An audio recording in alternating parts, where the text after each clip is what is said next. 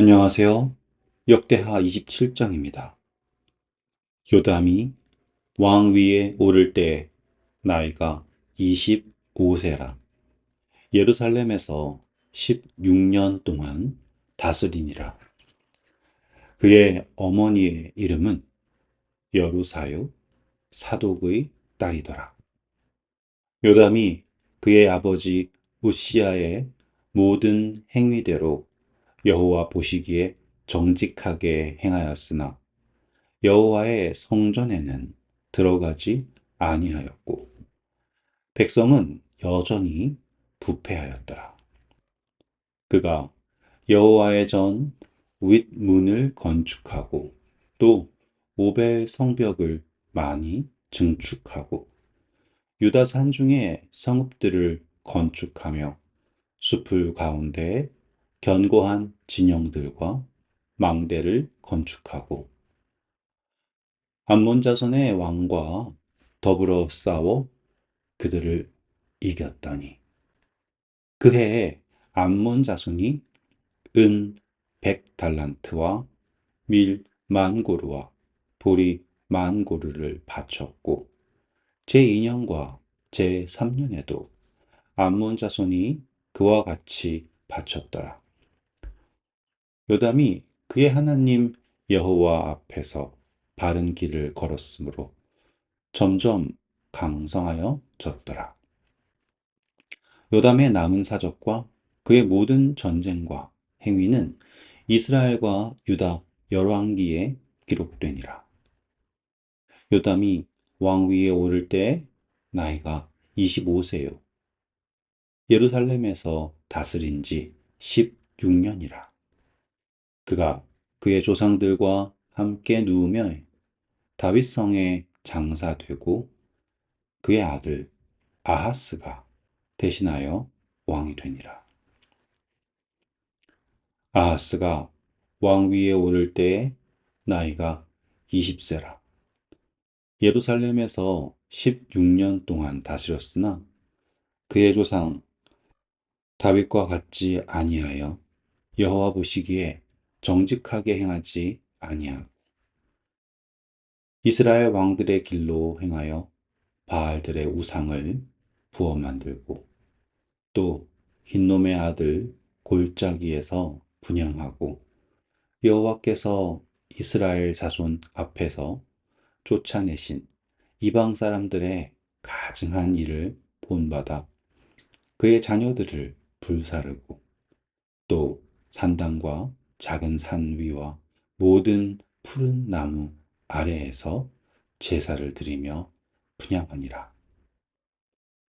그러므로 그의 하나님 여호와께서 그를 아람 왕의 손에 넘기심에 그들이 쳐서 심히 많은 무리를 사로잡아 다메섹으로 갔으며 또 이스라엘 왕의 손에 넘기심에 그가 쳐서 크게 살육하였으니 이는 그의 조상들의 하나님 여호와를 버렸음이라.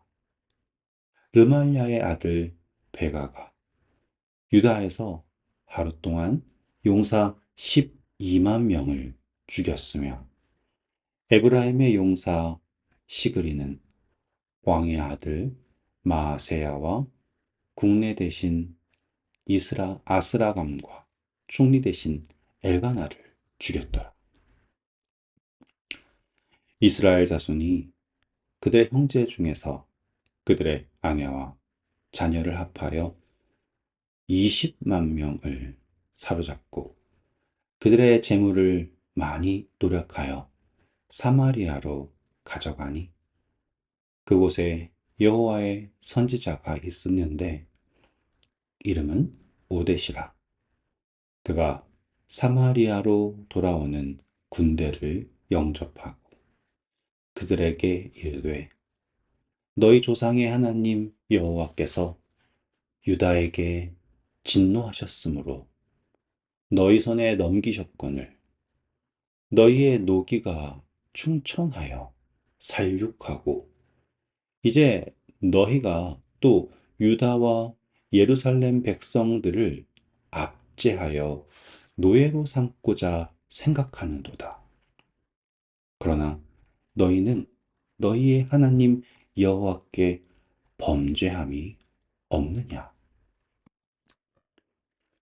그런즉 너희는 내 말을 듣고 너희의 형제들 중에서 사로잡아 온 포로를 놓아 돌아가게 하라. 여호와의 진노가 너희에게 임박하였는지라 한지라.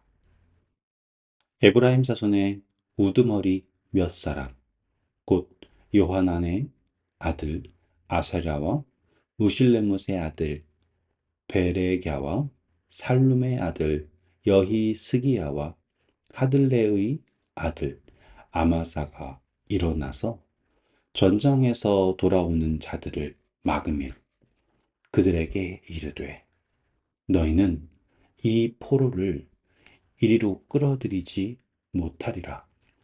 너희가 행하는 일이 우리를 여호와께 허물이 있게 함이니 우리의 죄와 허물을 더하게 함이로다.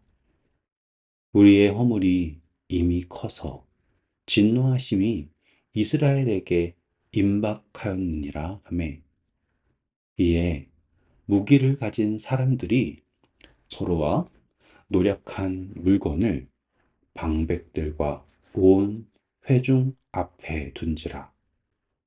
이 위에 이름이 기록된 자들이 일어나서 포로를 맞고 노력하여 온 것 중에서 옷을 가져다가 벗은 자들에게 입히며 신을 신기며 먹이고 마시게 하며 기름을 바르고 그 약한 자들은 모두 나귀에 태워 데리고 종려나무 성 여리고에 이르러 그의 형제에게 돌려준 후에 사마리아로 돌아갔더라.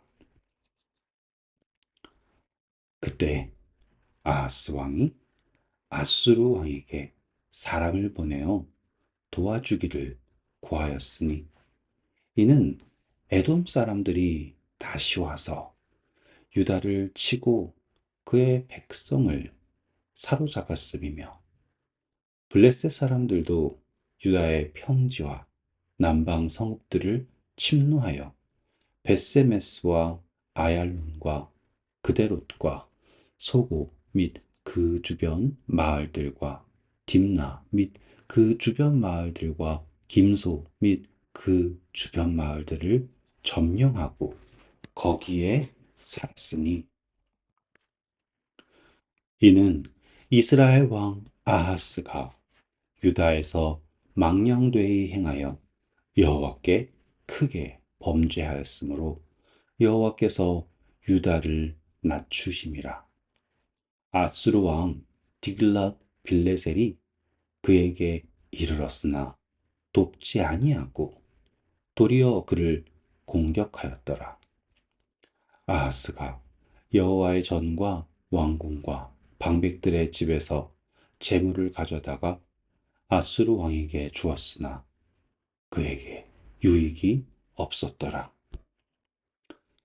이 아하스 왕이 곤고할 때 더욱 여호와께 범죄하여 자기를 친 다메섹 신들에게 제사하여 이르되 아람 왕들의 신들이 그들을 도왔으니 나도 그 신에게 제사하여 나를 돕게 하리라 하였으나 그 신이 아하스와 온 이스라엘을 망하게 하였더라.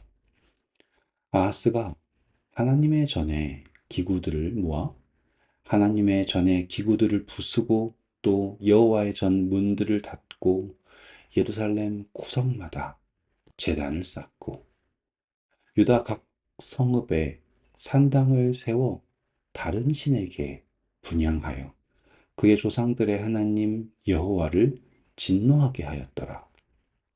아하스의 남은 시종사적과 모든 행위는 유다와 이스라엘 열왕기에 기록되니라. 아하스가 그의 조상들과 함께 누움에 이스라엘 왕들의 묘실에 드리지 아니하고 예루살렘 성에 장사하였더라. 그의 아들 히스기야가 대신하여 왕이 되니라. 네, 여러분, 오늘 이 요담과 아하스에 관한 이야기를 살펴보았습니다.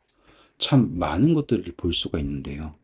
우선 요담 왕에 대해서는 저희가 열왕기에서 살펴보았기 때문에 오늘은 아하스에 관한 이야기를 좀 살펴보고자 합니다. 사실 아하스는 하나님을 굳이 떠나야 할 이유가 없던 왕이었습니다. 그런데 우리가 알지 못하는 어떤 이유에서 아버지와 달리 하나님을 떠나서 세상을 좇게 되었죠. 그런데요, 우리가 살펴본 것처럼 하나님께서 아하스를, 다시 말하면 유다를 낮추시는 이야기가 보통 이야기가 아닌 거예요. 왜냐하면 사실 그 당시에 북방 이스라엘은 그렇게까지 국력이 세지 않았어요. 이제 아수르에 의해서 멸망하기 직전이었단 말이죠. 그럼에도 불구하고 하나님께서는 이 북방 이스라엘에게 유다가 침략당하게 하십니다. 그리고서는 심지어, 자, 20만 명이라는 수가 사로잡혔다. 여러분, 이 수가 정말 진짜인지 아닌지 그거야 성경을 어떻게 번역했고 기록했고라고 문제가 될 수 있지만, 그 조그마한 나라에서 이렇게 많은 사람들이 포로로 잡혔다라는 걸 생각해 보시면 얼마나 처참한 패배였는지를 볼 수 있습니다. 놀라운 것은 그럼에도 불구하고 이스라엘 백성들 중에 하나님의 말씀을 순종하는 사람들이 있어서 그들이 이 포로 잡혔던 사람들을 돌려보냈다라고 하는 아름다운 기록이 있다. 참 놀라운 일이죠. 그렇다라는 것은 북방 이스라엘도 여전히 악하지만 그래도 그 중에 하나님을 따르고 그분의 말씀을 순종하는 사람들이 있다라는 것을 여기서 경험한 거예요. 자, 이게 왜 중요하냐면 아하스 왕은 바로 옆 나라 이 이스라엘에게도 패했고요. 그리고 그의 백성, 제일 중심이 되는 예루살렘 그 유다 지역의 백성들이 포로로 잡혀갔는데 그들이 하나님께서 보내셔서 말씀으로써 돌려 보내라 하셔서 회복이 되었단 말이에요. 그러면 이 아하스는 이 패배와 하나님의 회복을 통하여서 좀 무언가를 배워야 돼요. 깨달음이 있어야 되지 않습니까? 그런데 그는 여전히 그걸 모릅니다. 오히려 아수르에게 도움을 청합니다. 왜냐? 하나님께서는 이제 이스라엘, 다시 말하면 유다를 더욱더 그들이 하고 있는 상태가 옳지 않다는 걸 알게 하기 위해서 지금 온 주변 나라를 다 보내세요. 에돔부터 블레셋, 다 이전에는 다 속국으로 만들어버렸던 나라들이 지금 온 유다를 치고 온 지역을 다 점령해버렸어요. 왜요? 목적은 분명하죠? 낮추심이에요, 낮추심. 근데 그걸 모르는 거예요. 그리고 계속해서 하나님이 아닌 아수르를 의뢰합니다. 결과는 어떻습니까? 아수르 왕에게 모든 것을 주었지만 유익이 없었다. 그리고 지금 아하스가 공고할 때마다 세상을 더욱더 사랑했을 때 결국 그것이 멸망으로 이끌게 되는 것이죠.